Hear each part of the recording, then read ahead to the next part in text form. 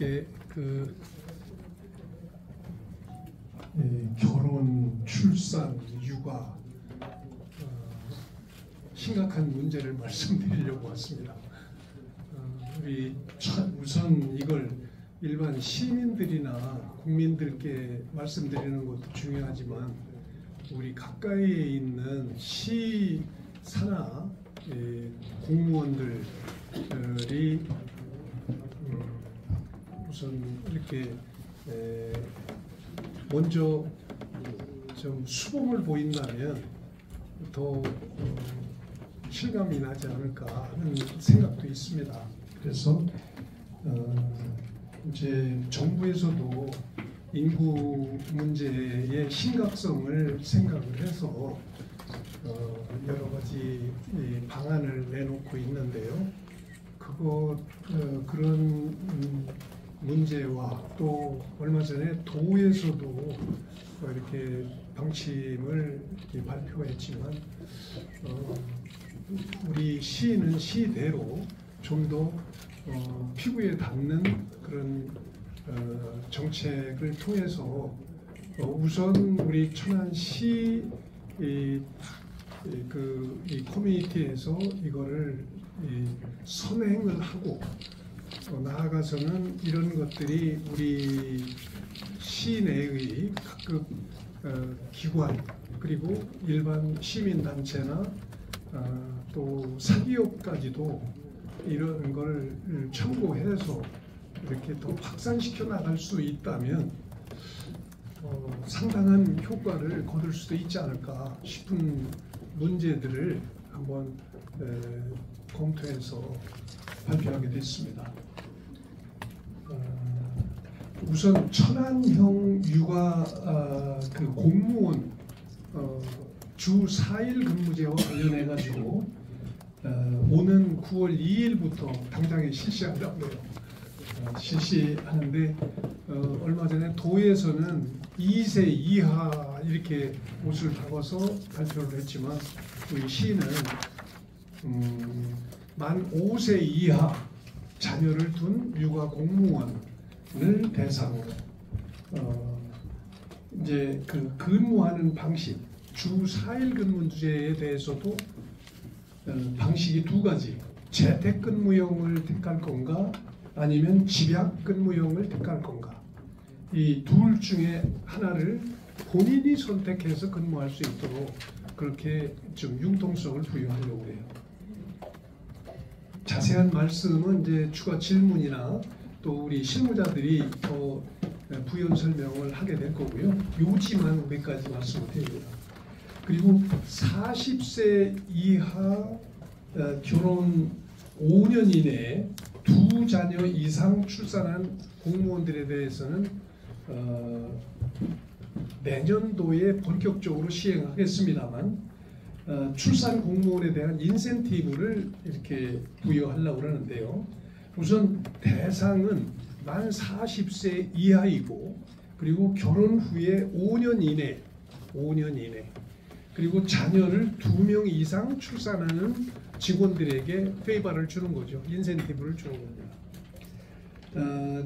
그 내용을 말씀을 드리면 실질적인 소득 증가 효과 측면에서 성과 상여금의 경우에 최상위 등급을 부여하고요. 그럴 경우에 복지 포인트를 현행 50만 원을 200만 원 정도로 대폭 인상을 할 계획입니다. 그리고 부모와 아이가 함께 하기 좋은 우리 천안 시청의 여건을 이렇게 만들어 가기 위해서 특별 휴가, 가족 행복 휴가라고 이렇게 이름 지어서 특별 휴가를 자녀 만 7세 이하까지 연 5일을 부여하려고 합니다. 이거는 복무조례 개정도 병행하게 될 겁니다. 학예 휴가 기간 휴양시설을 배정하는 것도 우선권을 좀 부여하려고 해요. 또 휴양시설 이용 횟수도 종전에 3회였는 걸 5회로 확대를 하고요. 그 다음에 국외 연수 선발 우선권도 부여하고 육급들에게 부여할 수 있도록 장기 교육 훈련 우선권도 부여할 생각입니다. 이런 걸 통해서 스트레스를 감소시킬 수도 있고 워라밸을 실행할 수 있는 그런 직장 풍토를 좀 만들려고 합니다. 아울러서 인사상 우대 측면에서 근평 가산점도 0.3점 정도를 줬던 걸 0.5점으로 더 상향 조정을 하고요. 복직 시에는 희망 부서를 적극적으로 배치할 수 있도록 노력하겠습니다. 이런 이제 파격적인 조치를 취하게 된 배경을 조금 말씀을 드리겠습니다. OECD 회원국 중에 우리 나라의 실정은 세계 최하위의 출산율이 현실입니다. 통계청 발표 자료에 의하면 남자의 경우에는 미혼 비율이 우선 이 말씀을 드리기 전에 청년들의 비혼 풍습이 여전히 지속적으로 증가하고 있고 결혼하더라도 자녀 출산과 양육은 기피하는 경향이 있는데요. 청년 세대 즉 만 19살서부터 34세까지 미혼 비율이 크게 증가하고 있는데요. 2000년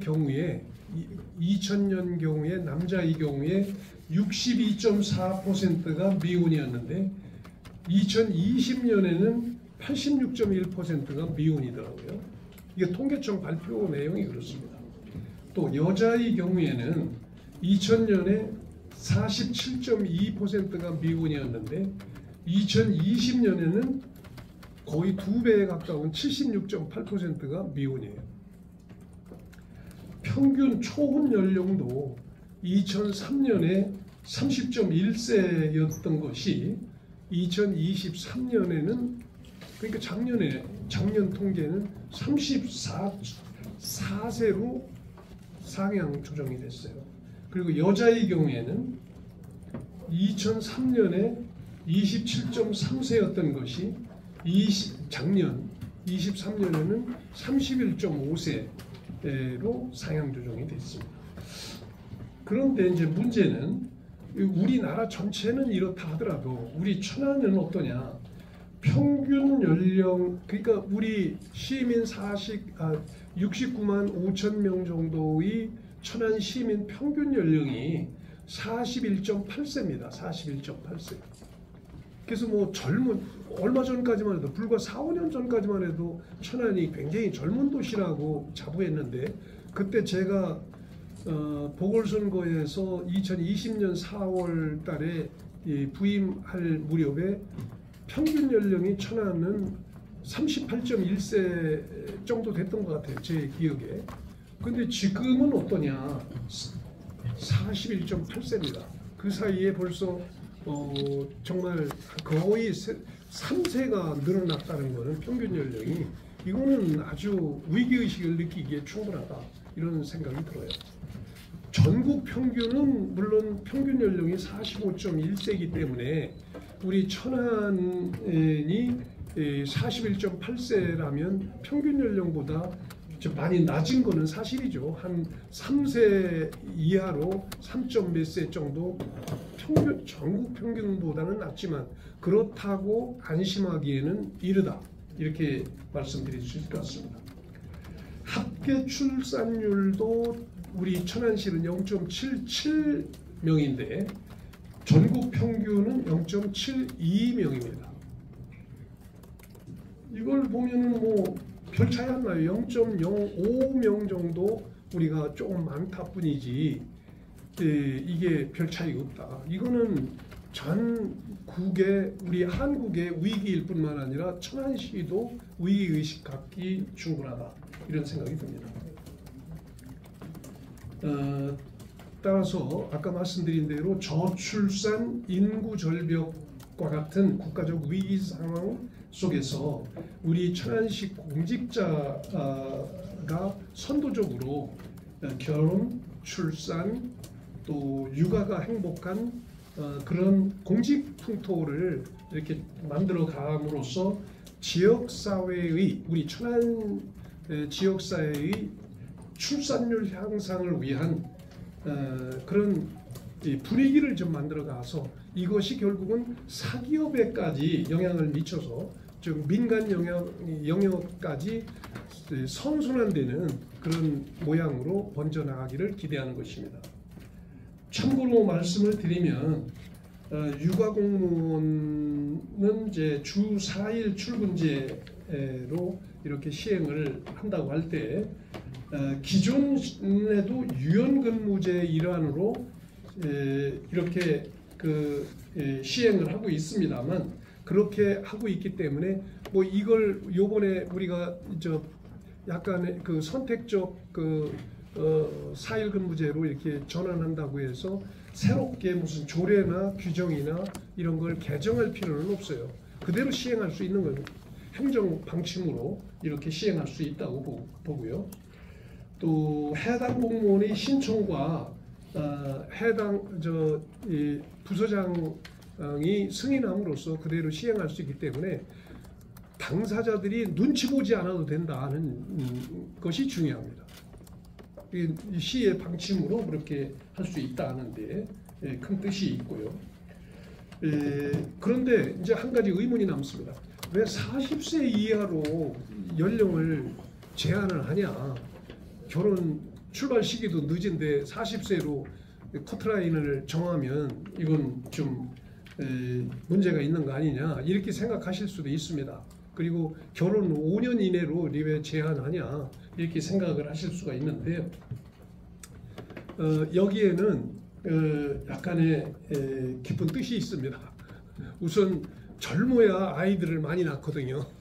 나이 40 넘어가지고서 아이를 많이 낳는 걸 기대하기는 굉장히 어렵고 그래서 일반적인 임신, 출산, 적기는 20세에서 39세 이내 요 사이가 출산의 적기라고 이렇게 판단이 되고요.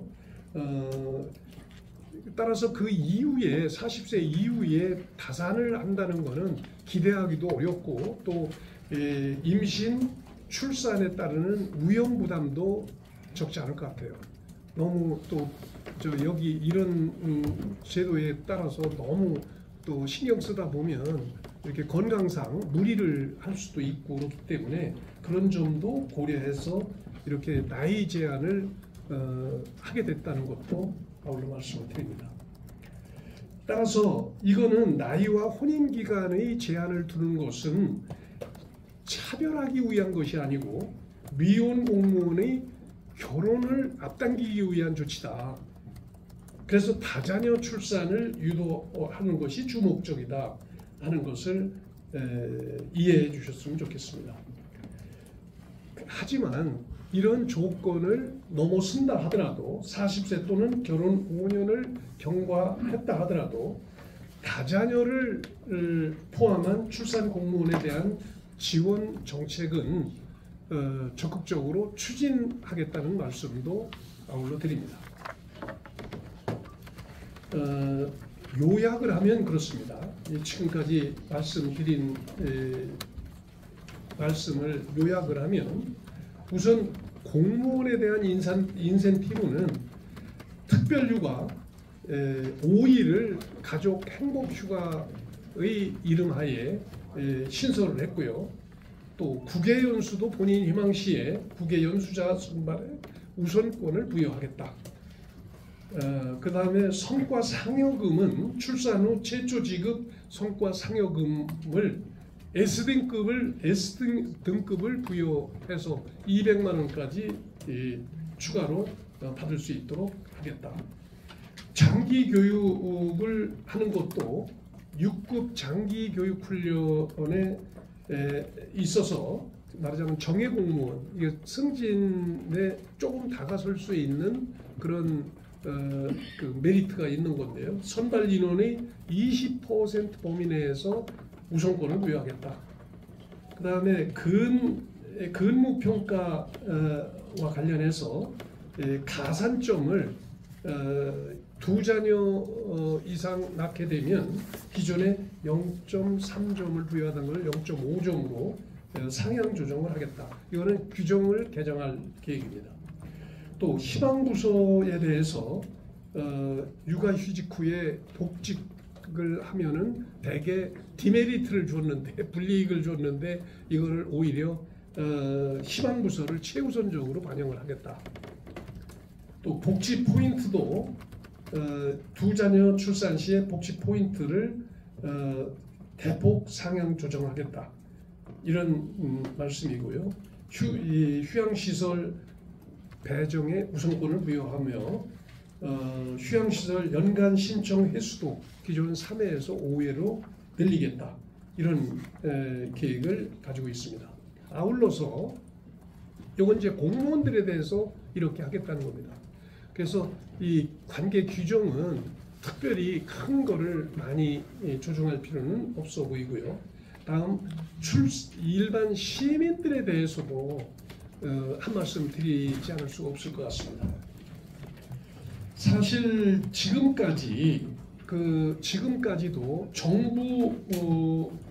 정부와 도비와 시비 등을 합치면 출산 장려금으로 약 7,668만 원, 약 7,700만 원 정도의 보조금을 지원을 하고 있어요. 그거는 대부분의 시민들이 잘 모르고 있는 내용입니다. 임산, 출산, 의료비 지원, 첫 만남 이용권, 부모급여, 아동수당, 보육료 급식비, 초중고 교육비, 행복키움 수당, 카시트 지원비 이런 걸 다 합치면은 7,700만 원 정도의 지원을 하고 있어요. 시비도 여기에는 561만 원이 들어가 있어요. 근데 이거 대부분 시민들이 잘 몰라요. 그냥 지원하니까 주는가 보다 하지 이거를 계산을 하면 약 7,700만 원 정도 지원을 하는데 앞으로 이 내년부터는 우리 천안시는 여기에 좀 지원을 지원을 추가하려고 합니다. 약 200만 원, 190만 원 정도를 더 추가해서 원래 지금까지도 561만 원을 시비로 지원을 하고 있던 거를 약 한 800만 원 정도로 추가하려고 합니다. 증가 190만 원을 더 추가할 계획으로 있습니다. 이거는 이제 의회와 상의해서 이런 부분을 더 예산에 반영을 해서 추가할 계획으로 있다는 말씀을 드립니다. 그래서 결국은 사회 풍조도 풍조지만 이 젊은이들이 요즘에 그 삶의 기대 수준은 높아지는데 출산, 결혼, 출산 이런 것들로 인해서 사회적 경쟁에서 떨어질까봐 이런 부담을 느끼는 것이 과중하기 때문에 이 결혼도 기피하는 경향이 있고 출산도 기피하는 경향이 있는 거 아닌가 이런 생각을 해보면서 이런 시책을 강구하게 됐다는 말씀을 드립니다. 제가 지난 6월달 인구의 날 기념식 날 세 자녀를 일찍 다 모두 세 자녀를 낳아서 세 자녀를 다 출가를 다 시킨 53세의 주부를 표창을 한 바 있습니다. 왜 그분을 표창을 했나 하면은 지금 연세가 53세 된 여성인데요. 첫 아이를 남자아이를 낳고 딸 둘을 낳아서 3남매를 낳았는데 전부 출가를 다 시켰어요. 53세밖에 안 됐는데.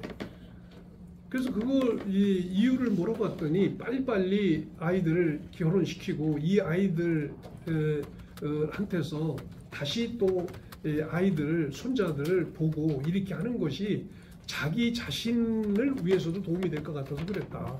이런 얘기를 해서 그저 미용사인데 그냥 하는 말인 줄 알고 해당 위원장 님을 통해서 진위 여부를 확인했더니 사실이더라고요.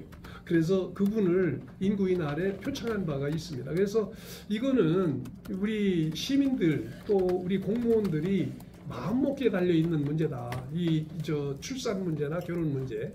빨리빨리 결혼을 해서 젊은 나이에 건강한 나이에 결혼을 해서 일찍 출산을 하고